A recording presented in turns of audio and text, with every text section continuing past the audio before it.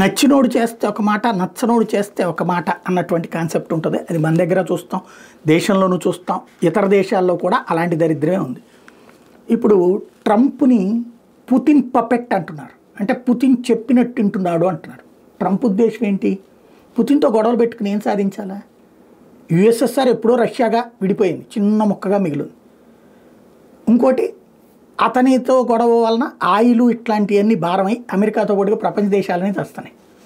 యుద్ధం చేయడం వల్ల ఎవరికేం ఒరిగింది? కాబట్టి శాంతి కోసం ఆ పరిస్థితిని చక్కదిద్దుతుంటే పుతిన్ చెప్పు చేతల్లో ఉండే మనిషి అన్న ప్రచారాన్ని ఈ సోరోస్ గ్రూప్ హైలైట్ చేస్తుంది. దానికే ఇక్కడ పాయింట్. ఇప్పుడు వీళ్ళ గ్రూపు రంగంలోకి దిగింది. ఇప్పుడు ఎలన్ మాస్క్, ఈ బ్యాచ్, వీళ్ళు కూడా ఇంకొక ఎకో సిస్టమ్ మెయింటైన్ చేస్తున్నారు కదా. వీళ్ళు అప్పుడు బుష్ వీడియోలు, జార్జ్ బుష్ పుతిన్ అమెరికా పర్యటనకు వస్తే జార్జ్ బుష్ తన సొంత వెహికల్లో తనే డ్రైవ్ చేస్తా తన గార్డెన్ అంతా చూపించాడు.